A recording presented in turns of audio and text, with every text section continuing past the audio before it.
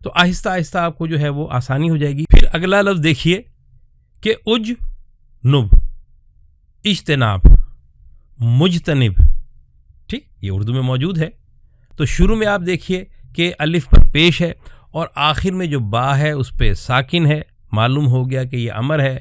اردو فہم اس میں سے اجتناب نکلے گا، مجتنب نکلے گا، تو ترجمہ کیا ہوگا؟ ترجمہ ہوگا تو مجتنب رکھ۔ یہ ترجمہ ہم جو کرتے ہیں وہ قرآن پاک میں سیاق و سباق کے لحاظ سے جو لفظ جس طرح آتا ہے، جو ترجمہ جس طرح آتا ہے، ہم اسی طرح یہاں پر لکھتے ہیں تاکہ طلباء کو آسانی ہو۔ پھر اگلا لفظ دیکھیے احکم، حکم اردو میں موجود ہے، احکام اردو میں موجود ہے، محکم اردو میں موجود ہے، اردو تو نکل آئی۔ اب اس کے شروع میں الف ہے، کیسے پتہ چلے گا کہ یہ جو الف ہے اس کا ترجمہ میں ہے یا یہ حکم ہے؟ تو آپ دیکھیں کہ آخر میں ساکن ہے، احکم تو حکمیت کر۔ پھر آپ دیکھیں حلال، محلل، محلول، تحلیل، سب اردو میں موجود ہیں، شروع میں الف ہے اور آخر میں ساکن ہے۔ اس ساکن نے بتایا کہ یہ امر ہے، اس میں حکم ہے، تو کیا ترجمہ ہوگا؟ احلل تو حل کر۔ پھر آپ اگلا لفظ دیکھیں، خلف ہے، خلیفہ ہے، خلافت ہے، موجود ہے اردو میں۔ شروع میں کیا آ گیا؟ الف آ گیا، آخر میں کیا ہے؟ ساکن ہے۔ اس ساکن نے بتایا کہ یہ امر کا صیغہ ہے، تو اخلف تو خلافت کر۔ پھر آپ دیکھیے کہ رزق اردو میں موجود ہے، رازق اردو میں موجود ہے، شروع میں الف آ گیا، آخر میں آ گیا ساکن، تو ارزق تو رزق دے۔ اچھا، ایک بات ذہن میں رکھیے کہ قرآن پاک میں اکثر الفاظ ایسے ہیں جو اردو میں مستعمل ہیں، جنہیں ہم مشترک مفہومی الفاظ کہتے ہیں۔ چند الفاظ ایسے ہیں، شاید 15% ہوں گے، جو اردو میں مستعمل نہیں۔ انہی میں سے ایک لفظ ہے، کون سا؟ ارقز، تو چوٹ مار۔ پھر اگلا لفظ دیکھیں، اسکن، ساکن، سکونت، مسکین، تسکین، یہ سارے الفاظ اردو میں موجود ہیں۔ شروع میں کیا ہے؟ شروع میں الف ہے۔ اب یہ کیسے پتہ چلے گا کہ اس الف کا ترجمہ میں ہے یا تو آخر میں ہم دیکھیں گے کہ ساکن ہے، تو اسکن تو سکونت کر۔ پھر اس کے بعد لفظ کیا ہے؟ اشدد، شدید، متشدد، اردو میں موجود ہے، شروع میں الف ہے، آخر میں ساکن ہے۔ ساکن نے بتایا کہ یہ کیا ہے؟ یہ امر ہے، حکم ہے، اور حکم تو سامنے والے کو دیا جاتا ہے۔ تو اشدد تو شدت پیدا کر۔ میں نے آپ کو بارہا بتایا کہ قرآن میں جو یہ ترجمہ ہم آپ کے سامنے پیش کرتے ہیں، تو جس مقام پہ قرآن میں یہ ترجمہ ہوتا ہے، ہم سیاق و سباق کے لحاظ سے اسی ترجمے کو آپ کے سامنے پیش کرتے ہیں۔ پھر آپ دیکھیے غلیظ، اغلظ تو مغلظ ہو، اردو میں غلیظ موجود ہے، غلاظت اردو میں موجود ہے، ہارشنس کے معنوں میں آتا ہے۔ یہ قرآن پاک میں 2 مرتبہ آیا ہے۔ پھر آپ دیکھیے فرق، متفرق، فرقہ، تفرقہ، تو افرق شروع میں الف لیکن آخر میں ساکن ہے، یہ امر ہے، حکم ہے، تو تفریق ڈال۔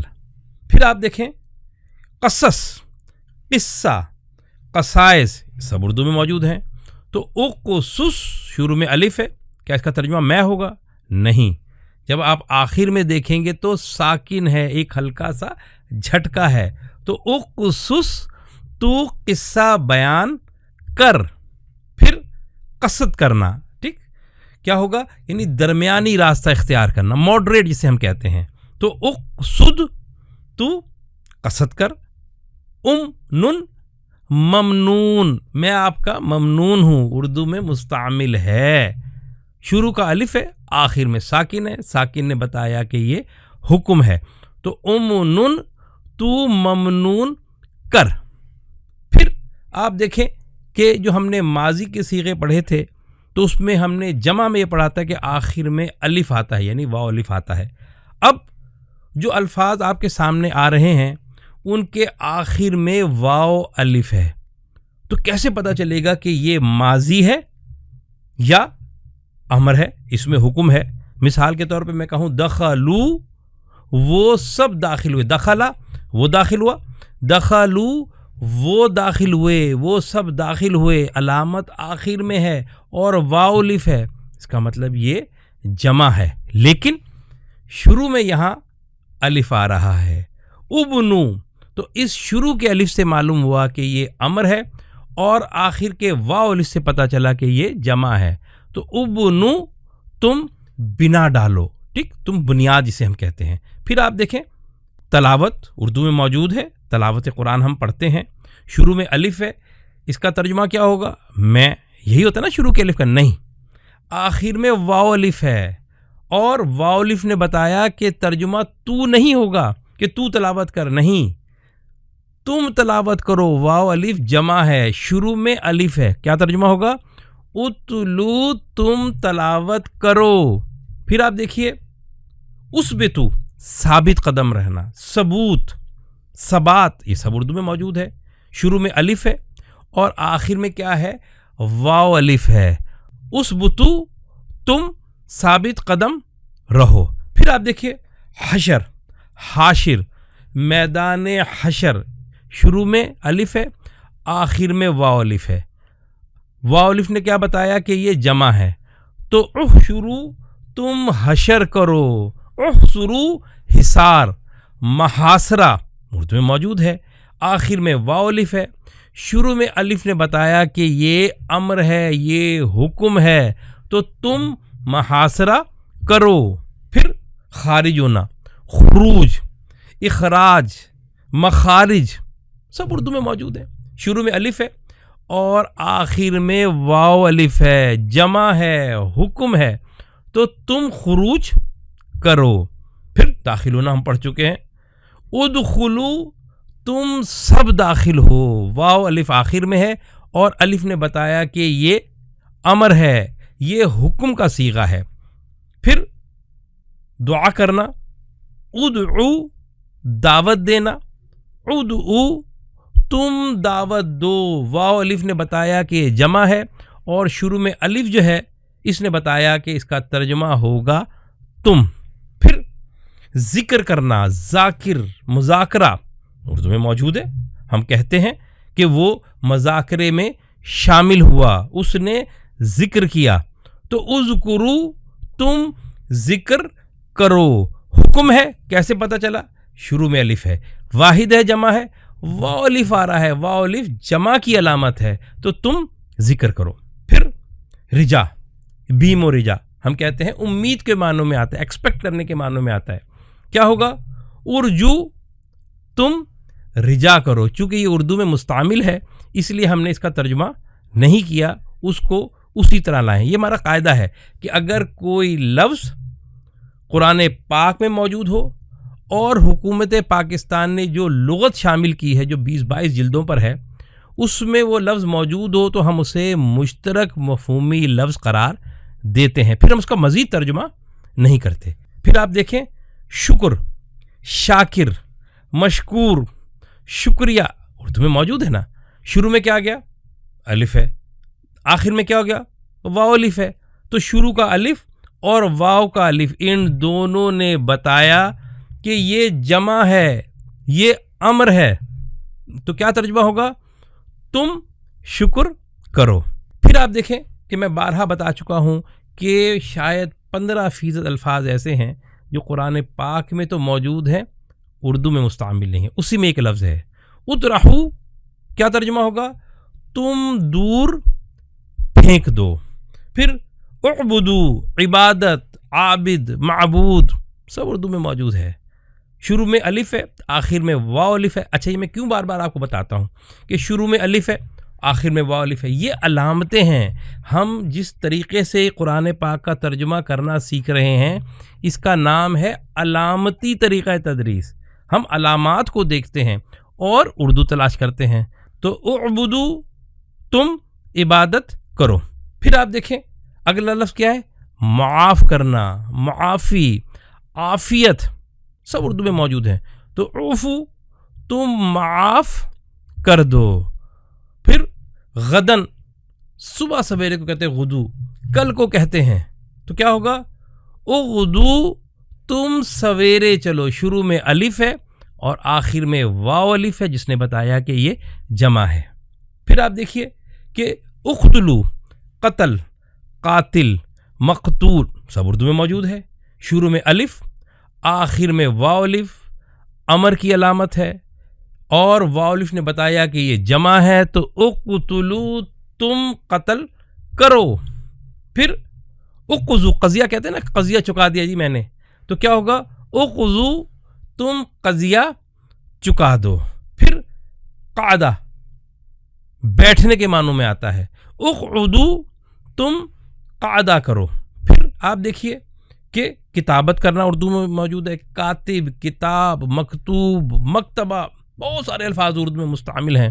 تو اکتبو تم کتابت کرو.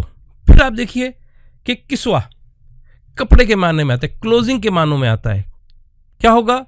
اکسو تم کسوہ پہناؤ, یعنی کپڑوں کے معنوں میں اس کو لیا گیا ہے. پھر آپ دیکھیے مشو مویشی, کیوں کہ وہ چلتے پھرتے ہیں, تو کیا ترجمہ ہوگا؟ امشو تم مشا کرو. پھر آپ دیکھیے اگلا لفظ کیا ہے؟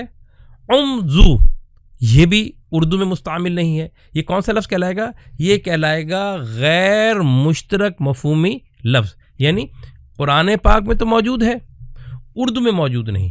ایک اور بات سمجھ لیں کہ دیکھیں یہ قرآن پاک میں صرف ایک مرتبہ استعمال ہوا, اور جو الفاظ قرآن پاک میں ایک مرتبہ یا دو مرتبہ استعمال ہوئے ہیں تو وہ اردو میں بہت کم استعمال ہوئے ہیں, چونکہ عربی میں استعمال نہیں ہوئے, قرآن پاک میں استعمال نہیں ہوئے. تو ایسے الفاظ کی اکثریت جو ہے وہ غیر مشترک مفہومی الفاظ ہیں. تو کیا ترجمہ ہوگا؟ تم گزرتے چلے جاؤ. پھر آپ دیکھیے انکسو مکس کرنا, ٹھیک ہے نا, یعنی اسٹے کرنا, ماکسین, تو کیا ہوگا؟ انکسو تم مکس کرو. کیسے پتہ چلا تم؟ شروع میں الف ہے, آخر میں واو الف ہے. جب آخر میں واو الف آتا ہے تو یہ جمع کی علامت ہے, اور الف نے بتایا کہ یہ حکم ہے, کسو تم مکس کرو. پھر نشوز ارائز اٹھنا, کیا ہوگا؟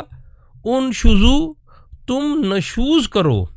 پھر آپ دیکھیں نفخ جو ہے وہ پھونک مارنا, جیسے جو ہے وہ جو سور ہوگا اس میں پھونک ماری جائے گی, تو انفخو تم نفخ کرو. پھر آپ دیکھیے اردو میں ہم کہتے ہیں نفاذ, نافذ عربی میں موجود ہے, قرآن پاک میں موجود ہے, تو انفذو تم نفوذ کر جاؤ. پھر اگلا لفظ دیکھیے ہجر, ہجرت اردو میں موجود ہے, تو اہجرو تم ہجر کرو. پھر آپ نے دیکھا کہ کتنے آسان ہو گئے وہ امر کے صیغے جو ہمیں بڑے مشکل لگتے تھے, اس لیے کہ ہم جو پریشان ہوتے تھے وہ الف سے ہوتے تھے. شروع میں الف, ہم نے اس کے بارے میں پڑھا ہے کہ اس کا ترجمہ میں ہوتا نہیں, اس کا ترجمہ تو بھی ہوتا ہے. شرط یہ ہے کہ آخری جو حرف ہے اس پر ساکن ہو, یا آخری حرف پر واو الف ہے. تو یہ ہمارا الحمدللہ یہ سبق جو ہے یہ مکمل ہوا. ہمارے جو ہے کورسز ہیں, بہت آسان کورسز ہیں. ایک کورس ہمارا 2 مہینے کا ہے, ابتدائی ہے. جو لوگ اس ابتدائی کورس کو کر لیتے ہیں وہ پوری نماز کا ترجمہ کر سکتے ہیں اور قرآن پاک کا ابتدائی ترجمہ کر سکتے ہیں. اس کے بعد جو ہے ہمارا ایڈوانس کورس شروع ہوتا ہے, 5-6 مہینے کا کورس ہے. ہم پہلا پارہ جو الف لام میم کتاب ہے اس کے ذریعے سے پورے قرآن کا ترجمہ کرنا جو ہے آپ کو سکھاتے ہیں. پھر جو ہماری کتاب آسان صلاۃ اس کے ذریعے سے ہم صلاۃ سکھاتے ہیں. ہمارا ایڈوانس کورس ہے. پھر ہمارا ایک بڑا اہم کورس ہے, وہ ہے تحقیق کا کورس. یعنی جب ایک طالب علم کو پورے قرآن کا ترجمہ کرنا آ گیا, اس کے قواعد آ گئے اور وہ کر سکتا ہے, تو پھر ہم اس کو تحقیق کی طرف لے کے جاتے ہیں کہ قرآن کی مختلف جو اصطلاحات ہیں ان پہ ہم اس کو تحقیق کرنا سکھاتے ہیں. اور پھر سب سے اہم ہمارا جو ہے ٹیچر ٹریننگ پروگرام ہے کہ جو لوگ سیکھ جاتے ہیں ہم ان سے درخواست کرتے ہیں کہ آپ ہمارے اس کورس میں شامل ہوں. آپ جانتے ہیں کہ ہر طرف گمراہی ہے, اندھیرا ہے, زوال ہے, اور لوگ پریشان ہیں, طرح طرح کے حل ڈھونڈتے ہیں. تو حل تو صرف قرآن میں ہی ہے. قرآن ہی وہ رستہ ہے جو سیدھا رستہ دکھاتا ہے. قرآن ہی وہ کتاب ہے جو ہمیں سیدھا رستہ دکھاتی ہے. یہ سبق آپ کو سمجھ آیا؟ یہ اسباق آپ کو سمجھ آئے تو پھر کیسے ممکن ہے کہ آپ تو سمجھ جائیں اور آپ کے بچے نہ سمجھیں، آپ تو سمجھ جائیں آپ کے گھر والے آپ کے رشتہ دار نہ سمجھیں؟ بس چراغ سے چراغ جلتا ہے۔ ان ویڈیوز کو آپ اپنے اہل و عیال کو، اپنے خاندان والوں کو شیئر کریں، ہمارے چینل کو سبسکرائب کریں تاکہ جو ویڈیو ہو، جو سبق ہو، وہ آپ کو ملتا چلا جائے۔ اللہ تعالیٰ سے دعا ہے کہ اللہ تعالیٰ اس قرآن کے ذریعے سے ہمیں ہدایت عطا فرما۔ السلام علیکم ورحمۃ اللہ وبرکاتہ۔ قل بفضل الله وبرحمته فبذلك فليفرحوا هو خير مما يجمعون